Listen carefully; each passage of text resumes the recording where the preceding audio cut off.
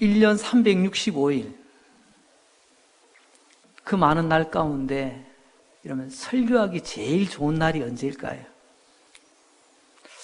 목사님 제가 돌아보건대요, 설교하기 제일 좋은 날은 따로 없습니다. 모든 날이 다 힘들더라고요. 쉽지가 않습니다.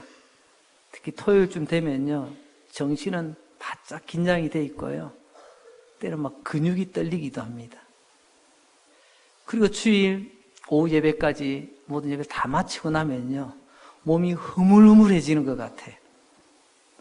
어느 분이 그러더라고요. 이는 목사의 직업병이라고. 글쎄요, 뭐라고 불러도 좋겠습니다. 어떤 설교인들 쉽지 않은 설교가 있겠습니까? 하지만 설교 중에 제일 힘든 설교, 어려운 설교가 바로 오늘 설교입니다. 왜냐고요? 오늘 이 어버이 주일 설교, 제가 불효자인 거 뻔히 아는데, 제가 죄인인 거 뻔히 아는데, 어머니 아버지 잘 섬기라고 뻔뻔하게도 제가 설교를 해야 된다는 것입니다. 그래서 제일 힘들고 어려운 설교예요. 하지만 하나님, 부족하지만 부끄럽지만 그래도 오늘 말씀을 통하여 먼저 제 자신을 세우고 우리 모두에게도 말씀으로 은혜로 새롭게 하실 줄로 믿습니다. 은혜를 힘입어 부끄럽지만 불효자여 죄인인 제가 하나님의 말씀을 전하도록 하겠습니다. 기독교 철학자 중에 프랜시스 쉐퍼라고 하는 분이 계십니다. 그분이 이런 말을 남깁니다. 19세기에서 20세기로 넘어가면서 인간은 절망의 선을 넘었다라는 표현을 합니다. 그럼 선을 넘었다, 무슨 선이죠? 넘어가면 위험합니다. 넘어가면 안 되는 거예요. 그 사람들이 19세기에서 20세기로 넘어오는 가운데 이 절망의 선을 넘어버리고 말았다. 역시 철학자답게 핵심을 찔러서 이야기합니다. 그건 뭐냐면 그 전까지만 하더라도 똑같은 믿음을 가졌든 안 가졌든 이 동네에 살든 저 동네에 살든 사람이라면 누구나 가지는 그러면 절대적인 가치라는 게 있었습니다.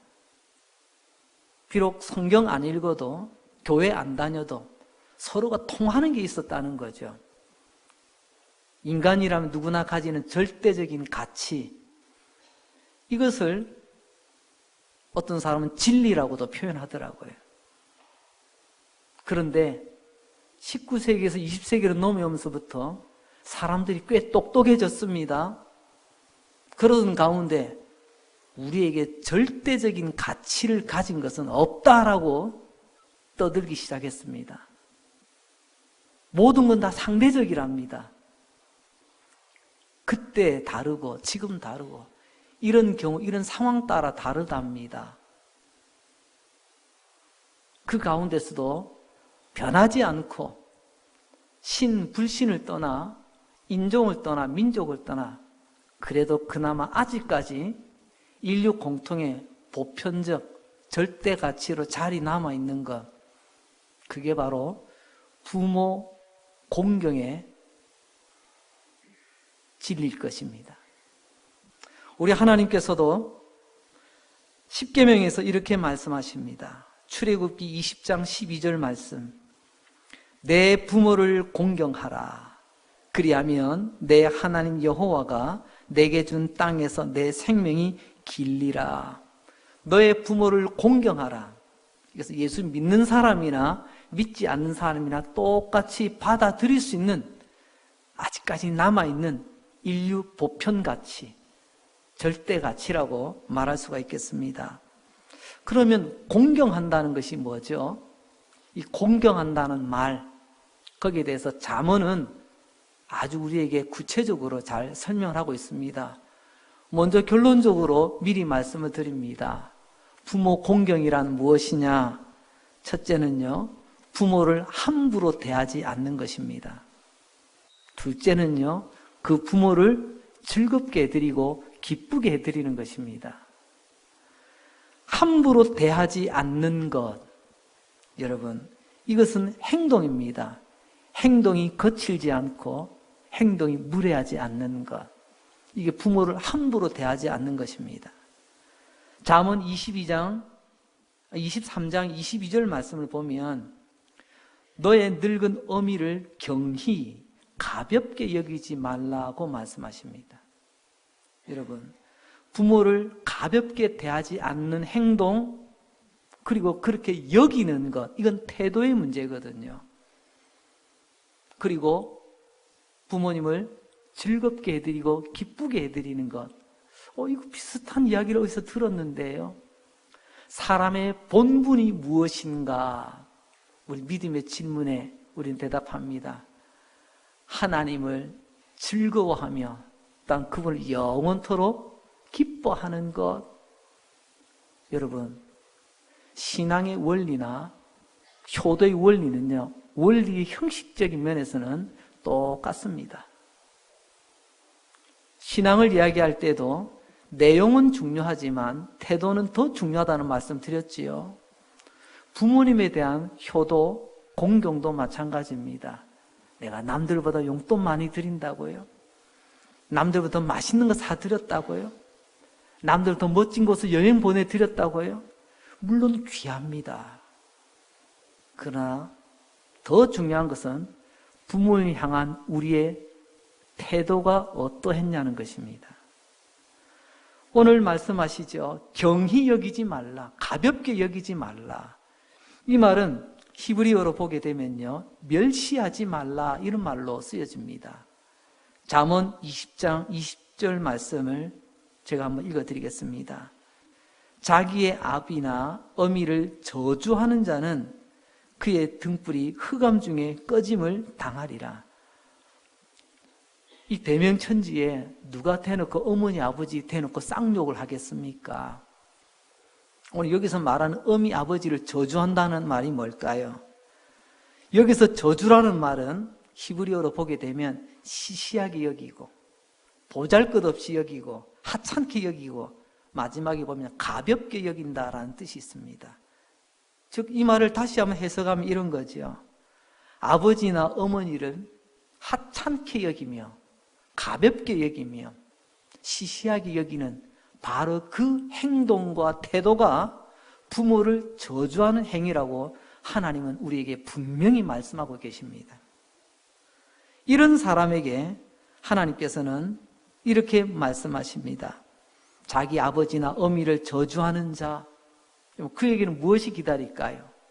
우리는 앞서 출애굽기 20장 12절에서 부모를 공경하는 자에게는 땅에서 생명이 긴 하나님의 약속을 받았습니다.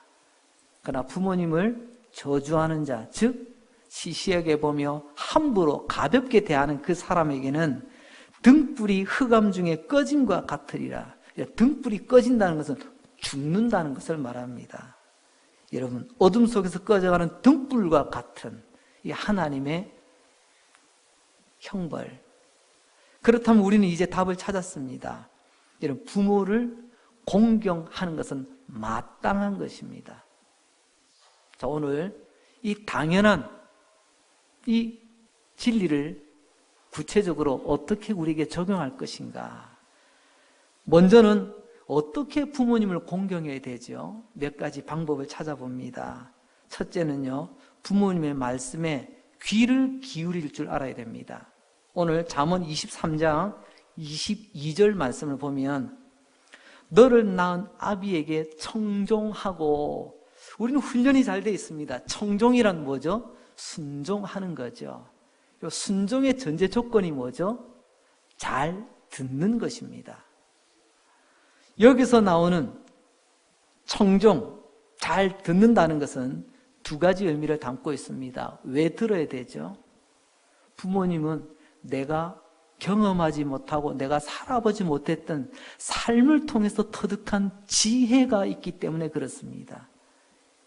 이건 그 무엇으로도 어떻게 돈 주고 살 수 없는 인생의 지혜가 우리 어머니, 아버지에게 있기 때문에 그렇습니다. 그래서 아버지, 어머니의 귀 기울이게 되어지면 이 지혜를 얻는 복을 얻게 되는 거죠. 그래서 귀를 기울이라고 말합니다. 두 번째로는요, 부모님 말씀에 귀 기울이는 것은 부모님을 귀하게 여기는 태도라서 그렇습니다. 연로하신 부모님, 어머니, 아버지 하시는 말씀, 저도 간혹 어머니 통화해보고 가끔 찾아뵙고 이렇게 말씀을 들어보면요, 또 병상에 계신 아버지 이렇게 한 번씩 뵙고 이야기를 들어보면요, 꼭 지난번에 하셨던 말씀 또 하세요. 제가 모르는 이야기도 아니고 또 아는 말씀 또 반복하십니다. 여러분, 그렇습니다. 오늘 하나님은 말씀하십니다. 부모님이 말씀하실 때 세상 뉴스에 나오지 않는 특별한 이야기, 새로운 이야기, 내가 미처 알지 못했던 이야기 할 때만 들으라고 말씀하지 않습니다. 여러분, 그 말씀이 어떤 내용이냐, 내용보다 더 중요한 것은요, 그분이 말씀하실 때 귀를 기울여 듣는 그런 태도를 갖추라고 말씀하고 계십니다. 그런데 우리는 어떻죠? 다 아는 이야기라고, 전에도 했던 이야기라고, 어제도 했던 이야기라고 이야기할 만한 그 이야기를 끄집어내려고 하면 됐습니다. 그 자리에서 벌떡 일어나지 않습니까? 오늘 하나님 말씀하십니다. 내가 부모님의 말씀을 끝까지 듣지 않고 자리를 박차고 벌떡 일어나는 것, 나는 똑똑한 행동이에요. 그러나 부모님께는요, 나를 가볍게 여기는구나, 나를 하찮게 여기는구나, 나에 대한 마음이 예전과 다르구나. 즉 부모님께는 자녀들의 태도가 부모님을 가슴 아프게 만듭니다. 그래서 오늘 말씀하십니다. 부모님의 말씀에 귀 기울이는 것, 이게 우리가 취할 수 있는 가장 간단하면서도 가장 중요한 공경의 태도라고 말입니다.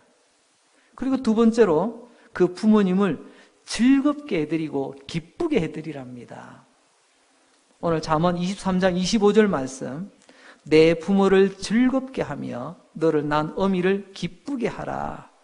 공경의 핵심은 어머니, 아버지를 즐겁게 해드리고 기쁘게 해드리는 것입니다. 좀 전에도 말씀드렸던 것처럼 이게 하늘 아버지, 하나님을 섬기는 우리의 모습이나 똑같은 원리입니다. 우리가 왜 예배를 드리죠? 예배를 통하여 하나님을 즐겁게 해드리며 하나님을 기쁘시게 해드리는 거예요. 그 안에서 또 우리가 또 기쁨을 누리는 것입니다. 우리가 부모님을 기쁘게 해드리는 것, 어떻게 하면 되죠? 많이 있으면 즐겁게 해드리고, 나는 가진 것이 없어서 해드리지 못한다고요. 내가 많이 가지고 못 가지고의 문제가 아닙니다. 우리 부모님을 향하여 내 작은 정성이라도 부모님을 향해서 표현해 드리게 될 때, 부모님은 그것을 가져서 배불러서가 아니에요. 그걸 가져서 뭔가 또 부귀영화를 누리기 위해서가 아닙니다. 이런 작은 정성, 이런 작은 것을 통해서도 이 엄마를, 이 아빠를, 이 부모를 귀하게 여기고 있구나. 이것 때문에 우리 부모님이 즐거워하시고 기뻐하신다는 것입니다. 여러분, 사랑은 표현이잖아요. 거기는 많음이라는 것이 들어가지 않습니다. 여러분, 어떻게든 부모님이 향한 마음, 공경의 마음을 표현하시는 우리 모두가 될 수 있기를 바랍니다. 유대인의 격언에 이런 격언이 있어 제가 한번 인용합니다. 부모님께 일을 시켜도, 부모님께 일을 시킬 때가 있어요. 부모님께 일을 시켜도 효도일 때가 있고, 날마다 잔치상을 차려들어도 불효가 될 때가 있다. 무슨 말이죠? 부모님께 소일거리 맡겨드렸는데 부모님 오히려 기뻐하십니다. 그래, 내가 할 일이 있구나, 내가 너희들을 도와줄 일이 있구나, 기쁘게 감당한다 하면 여러분, 일을 부탁해도 그게 효도가 될 때가 있다네요. 아무리 지수성찬을 차려놔도요, 부모님의 마음이 불편하다면 그런 효도가 될 수가 없답니다. 즉 가장 중요한 것은 내 기준이 아니고 부모님의 기준이 되어야 된다는 것입니다. 내가 이만큼 해드렸으니까 내가 만족하는 것이 아니라 이것으로 나의 부모님이, 나의 아버지, 어머니께서 기뻐하실까? 이걸로 즐거워하실까? 이걸 먼저 생각하며 섬겨드리게 될 때 우리는 부모를 바르게 공경하는 모습이 될 것입니다. 그리고 세 번째로 어떻게 부모님을 공경하냐고요. 여러분, 우리가 가장 중요한 금이 세 가지라고 하죠. 황금, 소금, 그리고요 지금인데 그 중에 제일은 사랑이 아니고 지금이라잖아요. 효도도 마찬가지입니다. 여러분, 지금 부모님께 효도하시기 바랍니다. 오늘 하나님은 말씀하십니다. 너희 아버지를 즐겁게 하고 너희 어머니를 기쁘게 해드려라. 단 돌아가시고 나서. 이 말이 아니에요. 하나님의 말씀, 하나님께서 부모에 대한 이 공경을 말씀하실 때는요, 살아계신 부모님을 향한 말씀이라는 것이 전제되어 있습니다. 우리는 살아계신 부모님들께 향한 공경의 말씀을 지금 전하고 있습니다. 성경은 죽고 난 다음 돌아가신 그 부모님을 향한 효도를 말씀하지 않습니다. 세상은 그렇지 않더라고요. 이미 다 떠나시고 돌아가셨는데 효도한다고 난리법석을 피웁니다. 여러분, 하루라도 살아계실 때 그 부모님께 효도하는 자녀들이 되시기 바랍니다. 어떤 책에 보니까 이렇게 적혀 있더라고요. 수천 년 동안 효도하는 방법은 딱 하나다. 효도하는 법은 딱 하나랍니다. 그게 뭘까요? 예. 수천 년, 아니 앞으로도 수만 년이 흘러도 효도하는 법은 딱 하나다. 그것은 부모님 살아계실 때 하는 것이다. 아무리 많은 방법을 논해도요, 살아계지 않으시면 소용이 없다는 거죠. 자, 그렇다면 두 번째로 우리는 어떻게 부모님을 공경해야 될 것인가를 말씀드렸고요. 그렇다면 왜 부모님을 공경해야 되는가? 첫째로는요, 이유가 없습니다. 굳이 이유를 따지자면요, 부모이기 때문에. 부모이기 때문에 마땅히 그분을 공경해야 된다고 말씀하십니다.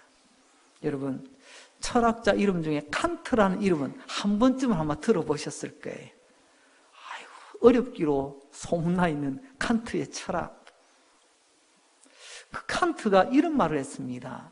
정언명령이라는 용어를 사용해요. 정언명령. 이게 뭐냐면요, 명령인데 그 명령 자체가 지극히 선하고 가치 있는 것이기 때문에 거부할 이유가 없다는, 무조건 따르라는 거예요. 무조건 따르라. 묻지도 따지지도 말고 이유를 찾지 말고 무조건 따라야 되는 명령. 이것이 철학 용어로 정언명령이라고 사용을 합니다. 여러분, 어쩌면 하나님께서 십계명을 통해서 우리에게 말씀하신 부모를 공경하라, 하나님의 명령, 가장 선하신 것이기 때문에 여러분, 묻지도 따지지도 않고 무조건 따라야 될 명령이라는 거예요. 두 번째로는요, 부모님의 사랑 때문에 우리는 부모님을 공경해 드려야 됩니다. 내가 이만큼 사랑굿이라며 인간답게 살아가는 것도 결국은 그 부모님 때문이 아니겠습니까? 부모님께서 우리 향한 그 사랑, 여러분, 부모님의 사랑은 사랑이라 쓰고 희생이라 읽는다라고 말합니다.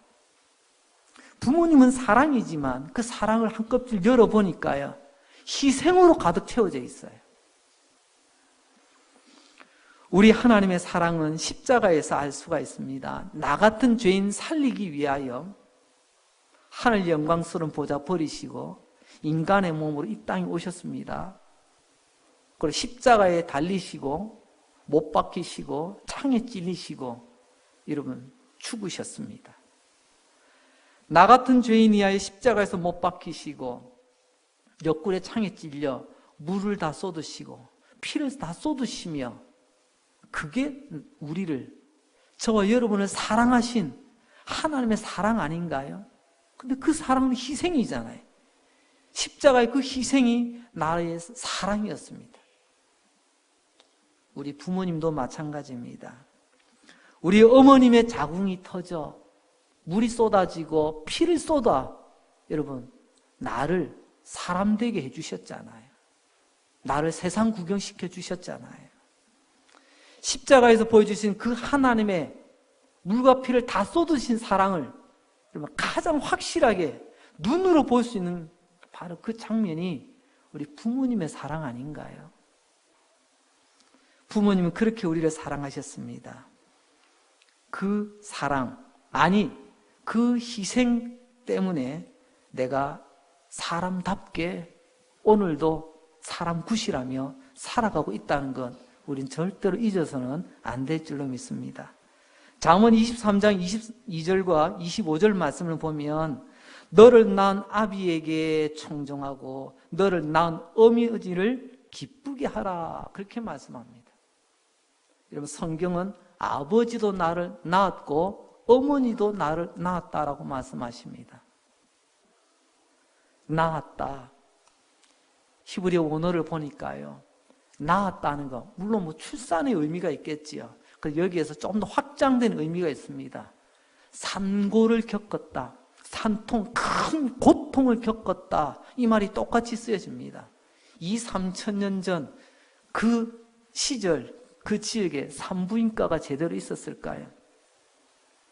그때 당시 위로는 나라를 잃어버린 아픔, 또 아래는요 사랑하는 사람 잃은 아픔, 내 생에 감당하기 어려운 그런 큰 아픔이 동반되어졌을 때 사람들은 뭐라고 표현했을까요? 내가 산고의 고통을 겪고 있노라. 아이 낳는 그 고통을 내 삶의 가장 큰 고통이라고 표현하기도 합니다. 그러니까 아버지의 고통, 어머니의 고통, 그 희생으로 내가 이 땅에 태어났고 그 희생적인 수고로 오늘 우리가 이 시간 고개 들고 살아가고 있는 것입니다. 여러분, 이 말이 무엇을 담고 있죠? 부모라는 말 그 자체가 고통을 담고 있는 말이라는 것입니다. 생각해보면 어머니 나 낳으실 때 얼마나 아프셨을까요? 여러분, 낳으실 때만 아프실까요? 나 기르실 때는 아프지 않으셨을까요? 내가 아플 때 나보다 더 아파하신 분이 바로 우리 어머니 아버지시잖아요. 나 먹이시려고 입히시려고 나 가르치시려고 그야말로 정말 찢어지게 힘든 삶의 여정을 걸었기 때문에 오늘 저와 여러분이 이렇게 있는 것 아니겠습니까? 그래서 하나님 말씀하십니다. 너를 낳은 아버지, 너를 낳은 어머니를 경히, 즉 가볍게 함부로 시시하게 여기지 말라고 말입니다. 역대상 4장 9절에 보면 야베스의 이야기가 나옵니다. 야베스는 그의 형제보다 귀중한 자라. 그의 어머니가 이름하여 이르되 야베스라 하였으니 이는 내가 수고로이 낳았다 함이더라. 아이를 낳을 때 수고, 그 고통이 따라요. 근데 낳는 것만 있나요? 기르는 수고, 고통 있잖아요. 엄마의 낳으시고 기르시는 그 수고와 고통을 밑거름 삼아 그 위에 세워진 존귀한 이름이 야베스입니다. 오늘 우리도 마찬가지 아닙니까? 우리 부모님, 아버지, 어머니의 그 낳으시는 고통, 기르시는 고통이 있었기에 그것을 밑거름으로 삼아 오늘 우리가 이렇게 우뚝 서 있는 것, 이걸 잊지 말자는 거예요. 언젠가 신문에 보니까 이런 기사가 있었습니다. 아직도 잊지 못합니다. 산후조리원에 있는 많은 분들을 조사를 했어요. 이런저런 항목들이 있었는데 그 가운데 지금 제일 힘든 게 뭐냐는 항목이 하나 있었습니다. 대상은 약 5,000명가량 된답니다. 꽤 신빙성이 있는 거죠. 5,000명 정도 되니까.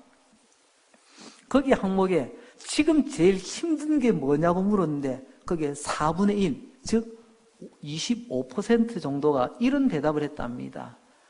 아이 때문에, 이 아기 때문에 내가 지금 5시간도 못 잡니다. 제발 잠 좀 푹 잤으면 좋겠습니다. 이렇게 돼 있더라고요. 아시잖아요. 애들이 뭐 합니까? 낮과 밤을 모르는데 리듬이 부모님하고 맞지 않으면 제일 힘든 게 잠을 제대로 못 자는 겁니다. 그런데 여러분, 자, 이거 보면서 왜 제가 이게 기억이 아직도 남아있냐면, 산후조리원에서 그 잠시지만 모든 것을 다 책임져줘서 돌봐주는 곳 아닙니까? 여러분, 이 시대에 그런 혜택을 누리는 그런 곳에서도 제일 힘든 게 아기 때문에 잠 못 자는 거라고 이야기하고 있는데, 제가 그 젊은 세대들, 그 산모들을 이렇게 탓하는 게 아니에요.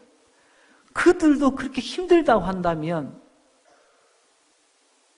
제 어머니를 돌아보게 되었습니다.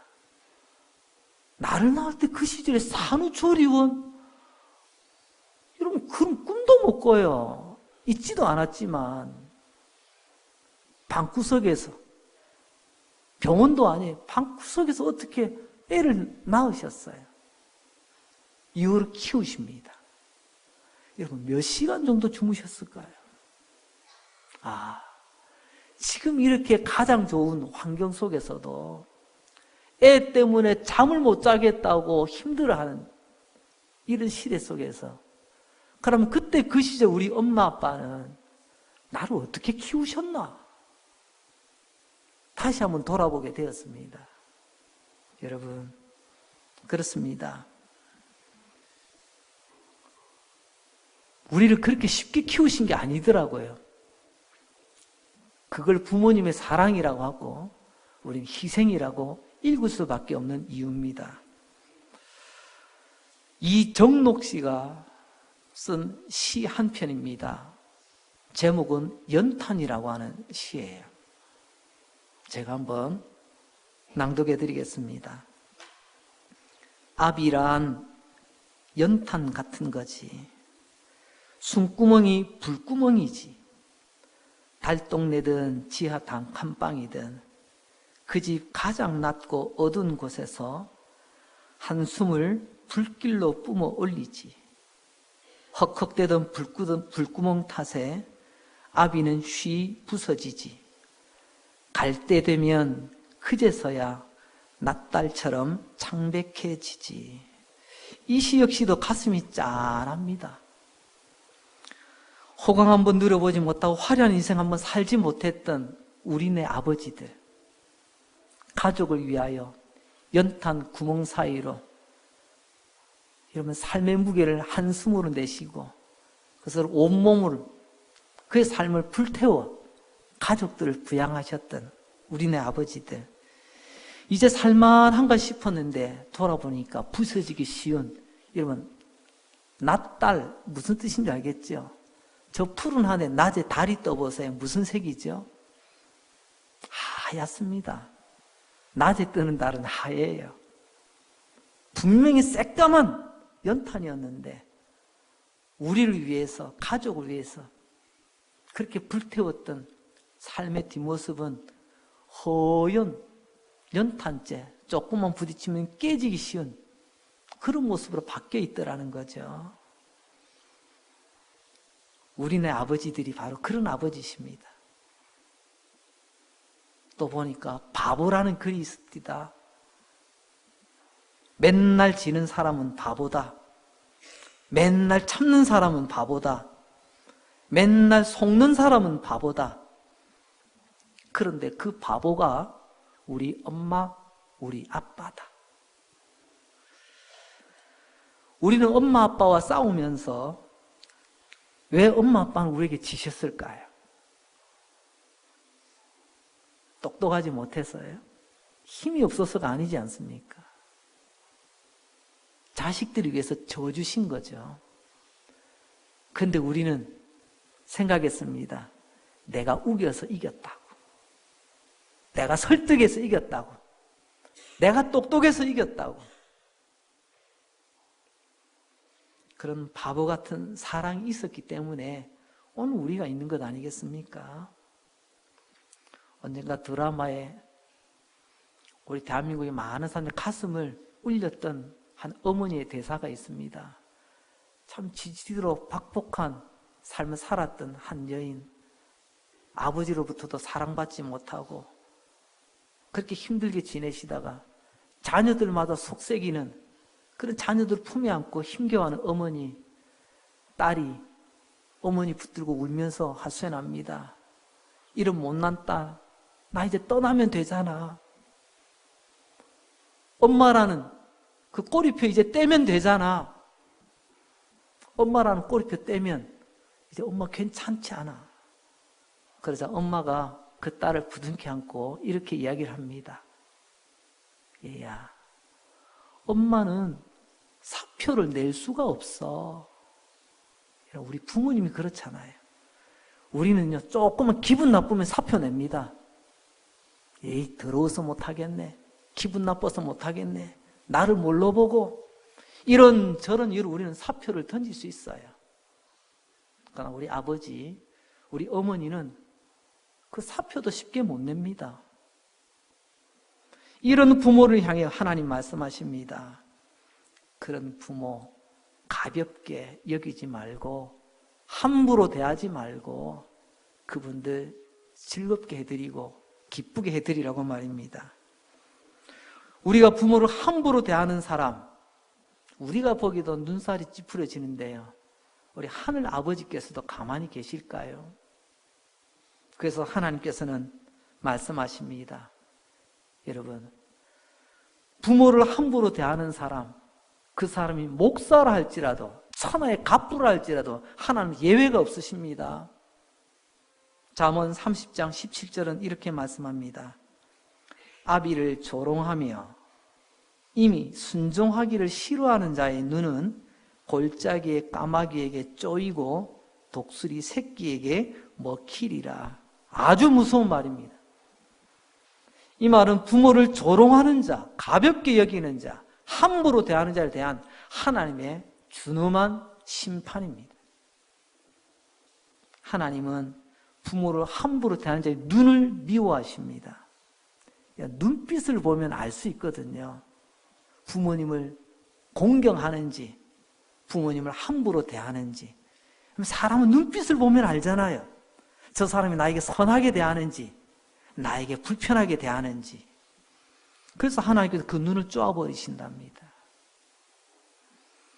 여러분이 바라보는 부모님 향한 눈빛은 어떤 눈빛입니까? 조금만 볕이 강해지면 금세 선글라스 꺼내서 쓰잖아요. 조금만 앞이 잘 안 보이면 당장 안경점에 달려가서 도수 맞는 안경 바꾸잖아요. 근데 정작 우리 부모님 향한 우리의 눈빛은 어떠하냐는 것입니다. 이제 말씀을 맺겠습니다. 어버이 날이 되면, 이 가정의 달이 되어지면 우리 가슴마다 사랑의 꽃을 자녀들이 달아줍니다. 그때마다 아이들 이야기하죠. 엄마 고마워요. 아빠 고마워요. 고맙다는 말씀을 전합니다. 자라서도 부모님께 또 우리가 또 꽃을 달아드리기도 하고 때는 선물을 드리기도 합니다. 근데 그때는 조금 표현이 좀 달라지더라고요. 물론 고맙습니다, 감사합니다인데 왜 그렇게 안쓰럽죠? 어떻게 하다 그 꼿꼿 하시던 그 어머니 아버지 점점 휘어가시고 그 곱디곱던 그 어머니 아버지 왜 이렇게 초라해지셨을까요? 미안하고 암스럽지만 그래도 마지막까지 부모님 향한 그 고마운 마음, 감사의 마음을 품고 우리 하나님 말씀 붙들고 우리 아버지, 우리 어머니 함부로 대하지 맙시다. 그리고 그분들이 하나님 부르신 받으신 그날까지 이 땅에서 가장 즐겁게 지내시고 가장 기쁨을 누리시다가 하나님 앞에 설 수 있도록 우리 자녀된 도리를 다할 수 있는 저와 여러분 될 수 있기를 주의 이름으로 축원합니다. 기도합니다. 하나님 아버지,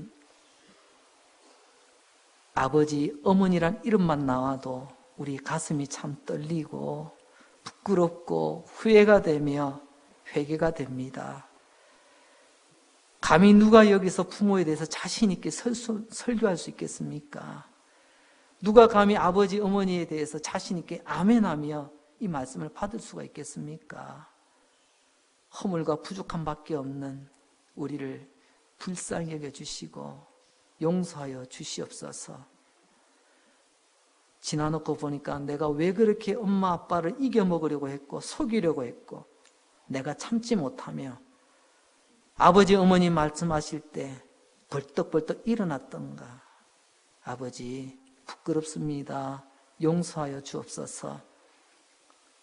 너무나 부모를 함부로 대했던 그런 인간이었습니다. 이제는 이 하나님 말씀 붙들고 너희 아버지 너희 어머니를 공경하라고 말씀하셨사오니 이제 가볍게 여기지 않고 함부로 대하지 않고 부모님 잘 섬기며 달려가는 부모님의 즐거움, 부모님 기쁨 되는 자녀들 되게 하여 주옵소서. 혹 우리 가운데 먼저 어머니 아버지 천국에 가신 분 계시다면 그 그리움이 우리의 삶 속에 큰 원동력이 되게 하시고 아직도 살아계시다면 더 큰 후회하기 전에 살아계시다는 그 자체만으로도 얼마나 고마운지 깨닫고 우리 부모님을 무엇으로 즐겁게 하며 무엇으로 기쁘게 하실지 고민하며 살아가게 하여 주시옵소서. 우리 강릉제일교회 온 성도들의 가정이 이런 복된 가정 되기를 원하오며 예수님 거룩하신 이름으로 기도합니다. 아멘.